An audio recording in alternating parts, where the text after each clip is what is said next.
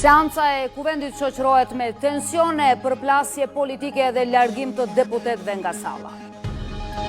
Miratohen 7 marrëveshje ndërkombëtare, vlera e tyre miliona euro. Ende s'ka datë për çështjen e kreut të shtetit, opozita akuzon partinë pushtetë se po e zvarrit qëllimshëm procesin. Raporti i fundit i FMN-s për Kosovën vlerëson se është ngadalësuar rritja ekonomike dhe inflacioni është rritur.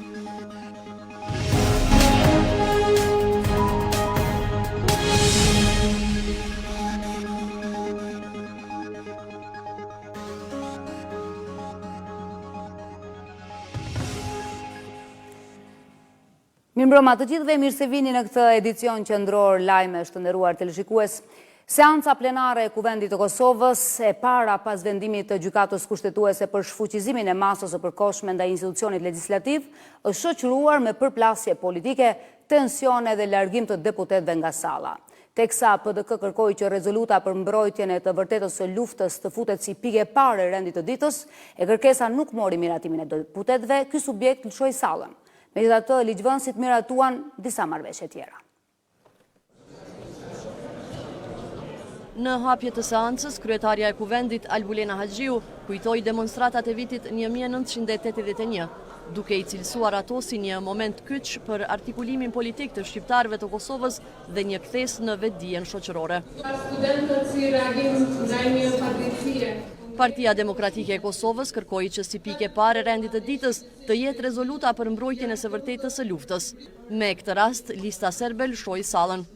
Me njëherë pas pyetjeve parlamentare, nuk ka kuptim që kuvendi sot të sillet normalisht dhe mos ta miratoj këtë rezolutë si hapi parë, jemi të hapur për diskutim, për plotësime.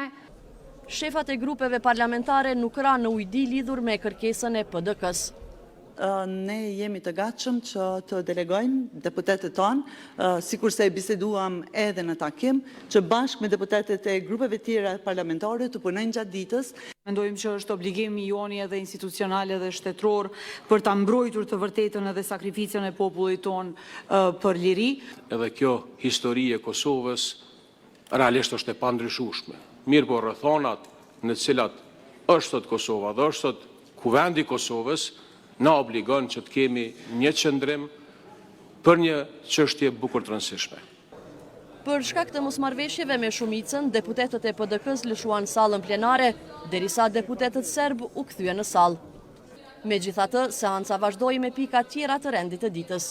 Kryeministri Albin Kurti në fjalën e tij para ligjvënësve deklaroi se lufta kundër korrupsionit është proces i vazhdueshëm dhe kërkoi procedimin e shpejtë të byros për konfiskimin e pasurisë pa justifikueshme, duke theksuar se çdo pasuri e fituar në mënyrë të paligjshme duhet u kthehet qytetarëve. Ai njoftoi gjithashtu se së shpejti do të dërgohet në Kuvend projekt ligji për çmime tavan për t'i mbrojtur qytetarët nga ngritja e çmimeve. Kurti foli edhe për mediat, duke kërkuar më shumë transparencë financiare dhe duke theksuar se pavarësia e tyre nuk mund të ndërtohet mbi financime të fshehta dhe dezinformim. Por fjala nuk mund të jetë e lirë nëse është e kapur nga interesat fshehta. Raportimet për financime me thos parash nuk janë vetëm një problem i etikës profesionale. Ato janë një kërcënim i drejt për integritetin e debatit publik. Nikoni mirë çka bëhet, po financohen mediat me thos. Ky shpenzon më shumë ti pare, duke ushqyer zagar me fysh shqiptar. Ju lutem regjia janë. Me fysh shqiptar. Sulmoj mediat në mënyrë tjetër. Kërko transparencë, llogari, ligj gjitha ato. Është e drejtë. Po jo vetëm kur ty të pëlqen, ose kur juve pëlqen e tjetra nuk të pëlqen. Deputetët megjithatë arritën të miratojnë disa marrëveshje ndërkombëtare. Qëllimi i amandamentimit të kësaj marrëveshje është që zgjatja afatit kohor për zbatimin e projekteve, përkatësisht që afati përfundimtar për zbatim të jetë 10 vite pas arritjes së marrëveshjes fillestare dhe me qenë se ajo marrëveshje ka hyrë në fuqi në vitin 2019, afati për zbatim zgjatet deri në vitin 2029. Po ashtu, ligjvënësit formuan disa komisione ad hoc, ndërtohë edhe komisioni ad hoc për përzgjedhjen e kandidatëve për antar të bordit të radio-televizionit të Kosovës. Pikat e tjera mbetën pa u votuar për shkak të mungesës së kuorumit. Ushtruesi i detyrës së drejtorit përgjithshëm të RTK-s Hysen Hundozi ka vlerësuar formimin e komisionit ad hoc nga Kuvendi i Kosovës për përzgjedhjen e anëtarëve të bordit të RTK-s si një zhvillim inkurajues për institucionin. Sipas tij, ky proces përbën një hap të rëndësishëm drejt kompletimit të bordit dhe forcimit të mëtejmë të menaxhimit të RTK-s, duke krijuar një bazë më të fortë për vendimarrje strategjike dhe zhvillim të qëndrueshëm.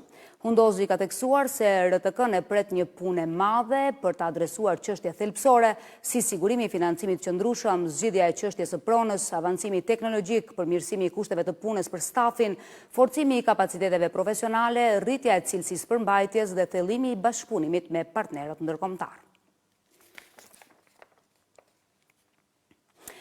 Afati për zgjedhjen e presidentit po afrohet drejt fundit, por Kosova mbetet pa marrëveshje politike. Presidentes Vjosa Osmani i kanë mbetur vetëm edhe pak ditë në detyrë duke bërë situatën më urgjente. Takimet mes liderëve për arritjen e konsensusit ende nuk janë konfirmuar, ndërsa thirrjet për bashkëpunim vazhdojnë. Në këtë situatë mbetet e paqartë nëse do të arrihet një marrëveshje në kohë apo vendi do të përballet me ngërç institucional. Takimet e liderëve partijak për gjetjen e një konsensusi që do të çonte në zgjedhjen e kreut të ri të vendit nuk janë konfirmuar ende. Megjithatë, kryeministri Albin Kurti ka kërkuar bashkëpunim ndërpartijak, duke theksuar se vendi nuk ka luks për vonesa e bllokada. Ai tha po ashtu se vendi nuk ka nevojë për zgjedhje të reja parlamentare. Afatet kushtetuese janë në rrjedh, shteti nuk ka ndalur së vepruari dhe nuk ka asnjë arsye që ne ta ndalim atë. Përkundrazi, çdo përpjekje për ta ndërprerë këtë funksionim do të ishte jo vetëm politikisht e gabuar, por edhe një precedent që cënon vetë idenë e ndarjes dhe balancës së pushteteve. E sekretarja e përgjithshme e Partisë Demokratike Vlora Çitaku e pyetur për mundësinë e arritjes së një marrëveshjeje për këtë çështje, tha se vështirë mund të besohet arritja e pajtueshmërisë me partinë në pushtet për ndonjë gjë. Nuk kemi po sot vullnet politik nga lëvizja vetëvendosje për të pajtuar për një çështje rreth së cilës nuk do duhet kishte fare diskutim. Është vështirë të besojmë që ka vullnet politik për të pajtuar për çështje tjera. Për Aleancën lëvizja vetëvendosje po e zvarit qëllimshëm procesin. Duket që në VV ka një plan në kohë. Pra fillimisht për ata është më rëndësi që kryetaria e Kuvendit të jetë edhe ushtruese detyrës presidentit, pra nuk po nguten para datës 5, pastaj çohim që do ta menaxhojnë, po ne varemi nga iniciativa e tyre. Pra është e paramueshme opozita me marrë iniciativën në temë si kjo. Ju dini na janë dhënë 34 ditë, 10 prej tyre shkuan, po shihet qartë që është e lidhur me datën kur presidenti aktual e kryen mandatin, ushtruesi i tyre presidenti vjen në zonën e Haxheu, pra VV po pret. Pas përfundimit të seancës së sotme, shefja e grupit parlamentar të LVV-s Arbërien Agafsi nuk dha datë se kur pritet që kryeministri Kurti t'i ftojë kryetaret e partive opozitare për të diskutuar çështjen e zgjedhjes së presidentit dhe po ashtu tha se nuk do të tërhiqen emrat e 2 kandidatëve të propozuar nga ta për president të vendit, siç tha pasi nuk ka propozim konkret nga partitë e tjera. Derisa afati i përcaktuar nga gjykata kushtetuese për zgjedhjen e kreut të shtetit po kalon, presidentes Vjosa Osmani i kanë mbetur vetëm edhe 3 ditë mandat në krye të shtetit.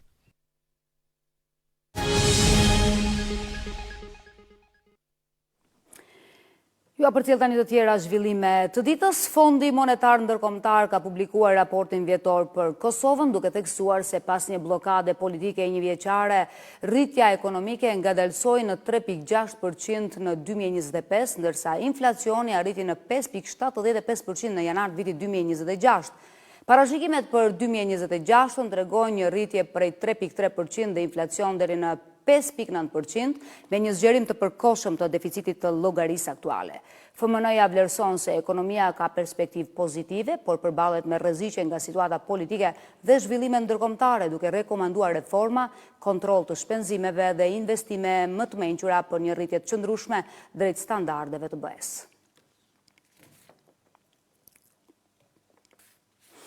Ka përfunduar afati ligjor për deklarimin e pasurisë për zyrtarët publik në Kosovë. Sipas Agjencisë për Parandalimin e Korrupsionit, shumica e zyrtarëve e kanë përmbushur obligimin, ndërsa ata që nuk e kanë respektuar afatin do të përballen me gjoba. Afati për deklarimin e pasurisë për mbi 10.000 zyrtar publik në Kosovë ka përfunduar në mesnatën e së mërkurës. Sipas drejtorit të Agjencisë për Parandalimin e Korrupsionit, Yll Buleshkaj, nga 10.350 zyrtar që kishin obligim ligjor, rreth 10.200 kanë përmbushur atë në kohë, ndërsa një numër i vogël mbetet ende në proces verifikimi. Ai paralajmëron se rreth 140 zyrtar që nuk e kanë respektuar afatin do të përballen me masa ndëshkuese. Nga 10.350 zyrtarë që kanë pasur obligim deklarimin e pasurisë, 10.200 e kanë përfunduar, jemi në 150 e fundit duke kryer verifikimin. Të gjithë këta rreth 120 po besoj që në fund do të përfundojnë me një gjop, sepse tashmë pason faza e radhës, që ata që janë vonuar do ta pranojnë një gjop nga agjencia në shumë prej 30% të pagës së tyre mujore. Sipas Buleshkajt, pjesa më e madhe e zyrtarëve që nuk e kanë deklaruar pasurinë në kohë vijnë nga policia e Kosovës. Edhe këtë vit, në 16 vitin e kaluar, më shumë se 1/3 e tyre vijnë nga policia e Kosovës. Policia e Kosovës të cilët janë të ngarkuar me detyra hetimore, ndoshta edhe për shkak të numrit më të madh të tyre si tërësi, nëse nuk gabojmë, janë rreth 3.000 policë që kryejnë detyra hetimore dhe janë subjekte deklaruese, tashmë kemi mbi 50 të cilët nuk e kanë kryer këtë obligim në kohë. Profesione tjera, pozicione tjera që janë në radhë, kemi nga ATK numër rreth 10, kemi nga universitetet publike që janë po ashtu mbi 10, kemi nga Dogana e Kosovës që janë 7-8, e të gjitha institucione tjera kanë numër më të vogël. Një vit më parë, më pak se 80 raste për mos deklarim të pasurisë u dërguan në prokurori, por disa u hodhën poshtë pas vendimit të Gjykatës Supreme që ngriti paqartësi ligjore. Sipas Agjencisë për Parandalimin e Korrupsionit, tani çdo rast i mos deklarimit do të trajtohet sipas ligjit.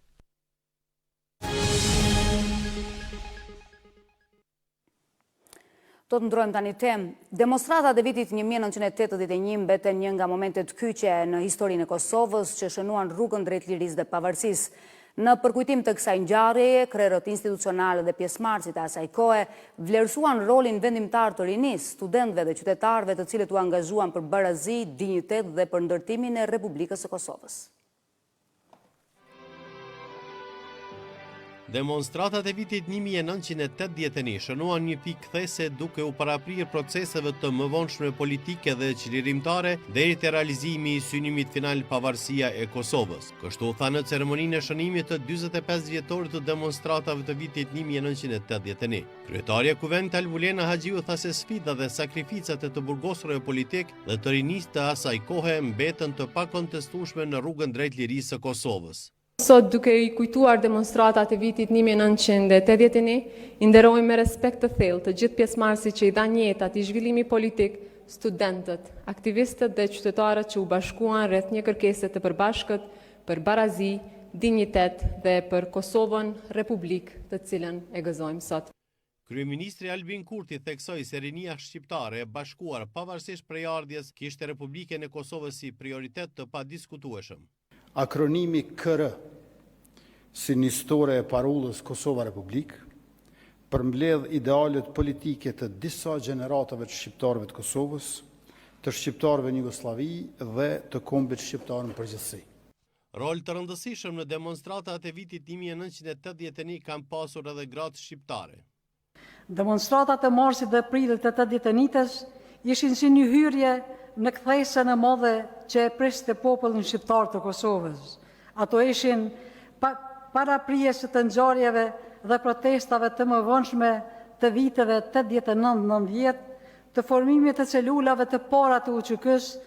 Në këtë ceremoni u tha se amaneti gjeneratave për liri dhe pavarësi me demonstratat e vitit 1981 si një stacion drejt synimit final pavarësisë së Kosovës vazhdon të ruajë të mbajë të freskët sakrificën kombëtare për liri. Ceremoni për shënimin e 45 vjetorit të demonstratave organizoi dhe Departamenti i Historisë në Fakultetin Filozofik. Aty u tha se kjo kryengritje ishte një ngjarje kyçe në historinë moderne të Kosovës që shënoi një hap të rëndësishëm drejt lirisë dhe pavarësisë. Duke shpalosur detaje nga organizimi i ngjarjeve historike të vitit 1981, vlerësuan se demonstratat e asaj kohe janë të pandashme nga historia kombëtare e Kosovës, e cila sipas tyre shënoi një hap të madh në rrugën drejt çlirimit të vendit. Fjalia që e ka mendu atëhere ka mendu dhe këtë do shta mi a thonë. Edhe unë kisha me folë, po së merë dhe rani me folë mua atë. Unë aty e kam kriju këtë mendim, u kam thënë dhe tash po e kujtoj edhe për historiantët. Ky është parlamenti i parë i Republikës të Kosovës. Kanë qenë disa mija studentë. Ky ishte pra brezi i studentëve të vitit 1981, të cilët e filluan një proces që studiust e quajnë me drejt si Bajram Kusumi, revolucion studentor, revolucion i Kosovës, Dajet Huseni si pranvera studentore e Kosovës, si kryngritja e rinisë Kosovës. Kemi arrit në vazhdimsi me halkën e zinxhirit të rrugës Liris Pelshu flamurin kombëtar dhe ushtria çlimtare e Kosovës e realizoi kërkesën tonë Kosova Republik, Kosova Shtet, Kosova e pavarur në 1999. Sipas organizatorëve, demonstratat e vitit 1981 u shndruan në një kryengritje gjithpopullore në mbar Kosovën, ku shumë studentë dhe qytetarë u rrahën, plagosën, maltretuan e madje edhe u vranë, ndërsa mijëra të tjerë u arrestuan.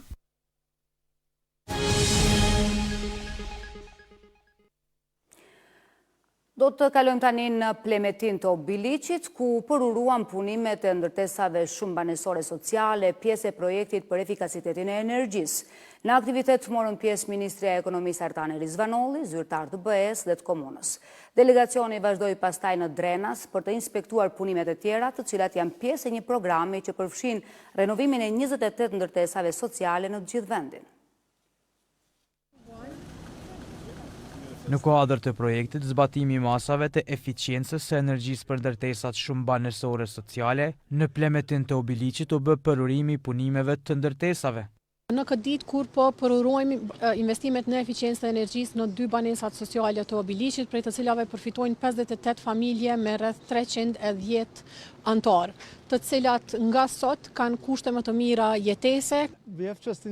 Ne bëm inspektimin e këtij objekti këtu, i cili është investuar përmes fondeve të BE-s, i cili u mundëson jetë të dinjitetshme këtyre banorëve. Sot po vjen me të vërtetën shumë mirë, edhe pse një problemi që zgjatet shumë, që mund të tregoj edhe unë vetë që kjo është këtë, të them, problem, këtë sfidë është sanuar në një mënyrë kaq modern. Komuna Obiliqit mbetet e hapur në vazhdimsi për të mbështetur projekte të cilat vijnë nga BE-ja, nga Ministria, nga Qeveria e Kosovës dhe të cilat ja lehtësojnë jetën banorëve të komunës Obiliqit. Nga aty vazhduan në Drenas, ku përveç përurimit bën edhe inspektimin e punimeve. Jam shumë i lumtur që sot jam bashkë me ministrin të zonën Rizvanolli, me zotin Robert Perl, i Bashkimit Evropian, me zonin Hoxha, me zyrtar tjerë, me drejtoreshën e re. Ne kena një bashkëpunim të jashtëzakonshëm edhe shumë të mirë me Ministrinë e Zhvillimit të Energjisë, e kemi edhe me Bashkimin Evropian. Ne vazhdimsi do të bashkëpunojmë prapë me komunën e Drenasit, që të vazhdojmë investimat në masat e eficiencës së energjisë, me qëllim të përmbushjes së obligimeve të strategjisë së energjisë. Këto objekte janë në mesin e 28 ndërtesave, pjesë e programit për renovimin e tyre. Komuna e Prishtinës ka pranuar një donacion nga qeveria e Luksemburgut, përmes të cilit shkollat e ciklit fillor në kryeqytet janë pajisur me inventar të ri. Ky investim vjen si përgatitje për kalimin e nxënësve në mësim tërditor, duke rritur cilësinë e mësimdhënies dhe ambientit shkollor. Një nga shkollat që përfituan nga donacioni i qeverisë së Luksemburgut është shkolla Gjavita Meti, ku tashmë janë vërejtur përmirësime të dukshme në ambientet mësimore.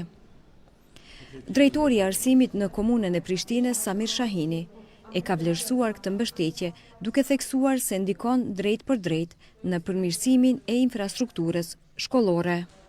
Jashtëzakonisht të nevojshëm dhe po ashtu edhe të madh në vlerë monetare, sepse po flasim për mbi 580 karrika dhe diku mbi 300 banka që janë individuale dhe kanë kompletuar 2 shkolla. Kjo vjen në një moment të nevojshëm për ne, sepse këto 2 shkolla, Gjavit Ahmeti në Kolovicë dhe Afrim Gashi në Hajvali, tashmë janë në fazë përgatitore për kalim në mësimin të ditor, ka shtatori këtij viti. Dhe inventarizimi ka qenë një hallkë munguar e përgatitjes për këtë transformim. Drejtori i shkollës Gjavit Berisha thekson se investimi ka qenë më së i nevojshëm. Zhvillu mësimi normalisht, për më zhvillu mësimi ashtu si se kërkojnë metodat e punës, ata do të me pas edhe komoditetin klasë. Pra do të me pas edhe karriket e përshtatshme, edhe bankat e përshtatshme, e gjitha tjera që një klasë e bojnë tërheqëse edhe të ngratë për një zhvillim sa ma cilësor të procesit edukativ arsimor. Bankat kanë qenë të nevojshme për procesin mësimor, kanë qenë të papërshtatshme më herët, tash janë shumë përshtatshme edhe vazhdojnë procesin mësimor. Përveç shkollës Gjavit Ameti, donacioni ka shkuar edhe të shkolla fillore Afrin Gashi. Pajisja me inventar të ri pritet ta përmirësoj infrastrukturën dhe ta rrisë cilësinë e mësimdhënies për nxënësit. Kurse organizata jo qeveritare TEA organizoi një debat sociokulturor me ekspert dhe mësimdhënës mbi temën ndërmjet kurikulës dhe librit shkollor, kush e udhëheq mësimin. Ky aktivitet u zhvillua në kuadër të ditës ndërkombëtare të librit për fëmijë.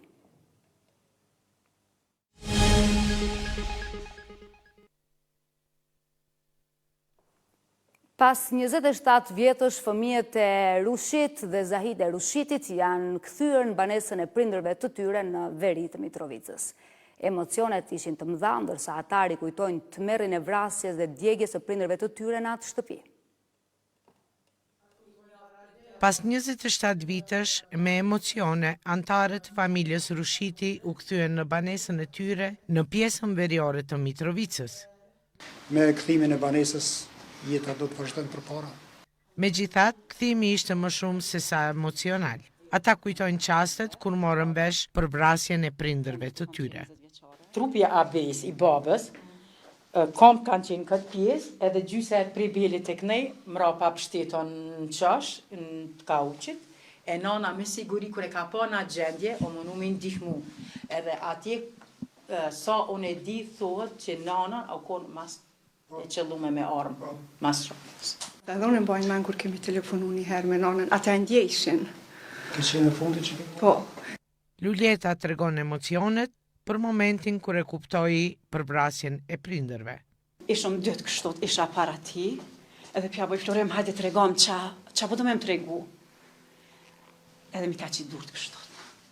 Tha Lule, tha ti e din, tha që nuk jemi një moti, tha për babën edhe nanën. Dhe që kom thonë, thash, celen, se jo të dëtë s'kom mendu që dëtë, celen, edhe u hijar dita në dhomë, nusja e Florimet, edhe ma ka bo, tha Lule, tha të dëtë. Pavarësisht dhimbjes së paharruar dhe të pashuar, familja Rushiti do të vazhdojnë jetën aty ku lindën nga prindrit e tyre martir.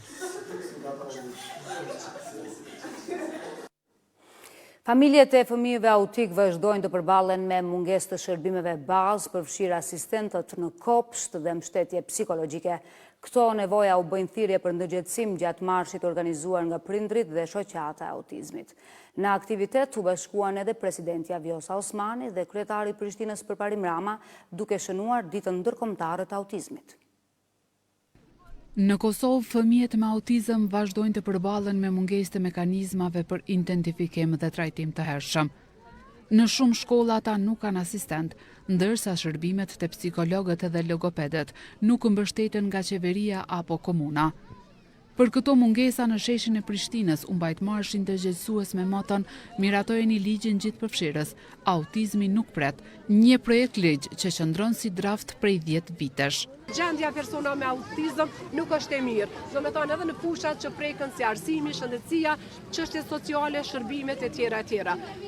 Neve jemi ty punu fort, se nuk kemi në Kosovë asnjë shoqata apo qendër e cila ofron shërbime edhe për adult. Këtë vetë jemi të vënë përpjekje me fillu punën edhe për adult me autizëm që i bjen 18+. Këtij marshi ju bashkua presidentja Vjosa Osmani dhe kryetari i komunës Përparim Rama, të cilët kërkuan aprovimin e ligjit të gjithëpërfshirës. Ky ligj është i domosdoshëm në mënyrë që shteti të rritë përkrahjen ndaj të gjithë qytetarëve tonë. Të njëjtën kohë sot jemi këtu për të ngritur zërin për potencialin që e kanë fëmijët dhe të rriturit me autizëm dhe ata me nevoja të tjera të veçanta, sepse në fund të fundit asnjëri nuk jemi me aftësi të pakufizuara. Edhe këta fëmijë, edhe këta të rritur kanë talente, kanë inteligjencë, kanë potencial nëpërmjet të cilit nëse shteti i përkrah, nëse shoqëria i përkrah, ai potencial pastaj do t'i rikthehet shoqërisë sonë, do t'i rikthehet shtetit tonë. Jemi duke punuar, kemi ndryshuar dhe rregulloren në zhvillimin e ndërtimeve të reja ku 3.5% të secilit ndërtim i kthehet komunitetit dhe si rezultat tash kemi më pas mundësi shtesë që t'ju ndihmojmë organizatave jo qeveritare të cilat mirën me sfida të tilla. Me rastin e ditës ndërkombëtare të autizmit, koalicioni i OJQ-ve për mbrojtjen e fëmijëve KAMF ka nxjerrë në pas sfida të fëmijëve autik dhe prindërve të tyre, duke theksuar nevojën për më shumë investim në edukimin dhe vetëdijesimin e familjeve. Ndërsa artistja Shanie Ajzeri Sufi me ekspozitën Dritë në heshtje sjell në ngjyra dhe portrete botën unike të fëmijëve me autizëm. Ekspozita me rastin e ditës botërore të ndërgjegjësimit për autizmin qëndron e hapur deri më 10 prill në objektin e vjetër të komunës së Prishtinës, duke promovuar përfshirjen, mirëkuptimin dhe mbështetjen për fëmijët dhe familjet e tyre. Përmes artit që flet për te fjalëve, Shanie Ajzeri Sufi ka zgjedhur të shprehë ndjeshmërinë për vojën dhe botën unike të fëmijëve me autizëm në ekspozitën Dritë në heshtje, që sjell punime frymëzuese e cila njëherët është prindi një fëmije me autizëm. Kjo ekspozitë e veçantë është hapur me rastin e ditës botërore të ndërgjegjësimit për autizmin. Talentet të ndryshme që i shohim çdo ditë te fëmijët autik, që janë të mrekullueshëm në sfera të ndryshme, sidomos në art e në performanca të ndryshme, prandaj zotojmë që do të vazhdojmë me punën tonë. Një udhtim emocional ndërmjet ngjyrave dhe portretit, Shanie Sufi e ka shpalosur përmes koleksionit të veprave të saj në këtë ditë të rëndësishme, që ka për qëllim rritjen e ndërgjegjësimit institucional dhe shoqëror për autizmin, si dhe të promovojë përfshirjen, mirëkuptimin dhe mbështetjen për fëmijët dhe familjet e tyre. Ose çdo vizatim është një natë pa gjumë. Po qysh me tregu vetë ndryshe e kom bë përmes pikturave. Kjo është historia jeme, që vajza më ka lindë në luftë, në mesin e luftës. Po lufta nuk ka mbaruar, lufta filloi pas luftës, tu e pa edhe vajza se tu rrit, tu e vrejtë, nuk është diçka në rregull, edhe erdhi deri koha kur e kuptova që fëmiu jem ka autizëm. Kjo ekspozit me veprat artistike të prezantuara në hapësirat e objektit të vjetër të komunës së Prishtinës do të qëndrojë hapur deri më 10 prill dhe është organizuar nga Shoqata për Zhvillim dhe Komunikim Zëri me përkrahjen e komunës së Prishtinës. Ndërsa në Rahovec u mbajtën homazhe për 43 martirët dhe dëshmorët e fshatit Hoqe Vogël, të cilët ranë më 2 prill të vitit 1999. Në këtë masakër u vranë 43 banor, përfshirë 15 fëmijë, më i vogli vetëm 6 muajsh. 2 prill i vitit 1999 ishte i kopshëm për familjen e Ylvi Berishës nga Hoqa e Vogël e Rahovecit. Nga bombardimet sërbe që bën ata mbi fshat, ai humbi 5 fëmijë të tij, ndërsa bashkë me vëllezërit ju vranë 13 antar. 13 antar të familjes të mytën, 5 fëmijë kom të mytë, gruaja jeme, më ka qitë gishtin që të në kom, edhe kom pa atën dhe kom shpur dhe kom zerë edhe 2 fëmijë qeri kom zerë. E 5 fëmijë tjerë? Ja, sram vajtë, kom shku. A pis 6 mujve të këdertin 2-13 vjetin konë. Atë natë në Hoq të Vogël ishin strehuar shumë banor të fshatrave për rreth. Forcat sërbe vranë e masakruan 34 civil të pafajshëm, tek shikonin të gjenin rrugë të shpëtonin nga sulmet makabre të forcave sërbe, që po bënin mbi popullatën civile të Rahovecit dhe fshatrave të kësaj ane. Pas një javë ndjekjesh dhe unë edhe të merresh, popullata civile ishte strehuar në fshatin Nagath. Aty aviacioni sërb bombardoi pa mëshirë civilet e pafajshëm, duke vrarë 10 ranerë dhe duke plagosur shumë të tjerë. Gjithçka që frymon të Shqip konsiderohej armiqësore për projektin e Serbisë së Madhe. Mbi këtë këndvështrim kishin ndërtuar platformën e tyre politike, ndërsa shqiptarët liridashës përbënin rrezik për jetësimin e kësaj ide. Përveç gjakut të martirëve, 15 prej tyre fëmijë të mitur, Hoxha e vogël i fali lirisë së Kosovës edhe 9 dëshmorë, të cilët ranë heroikisht në përballje me forcat serbe.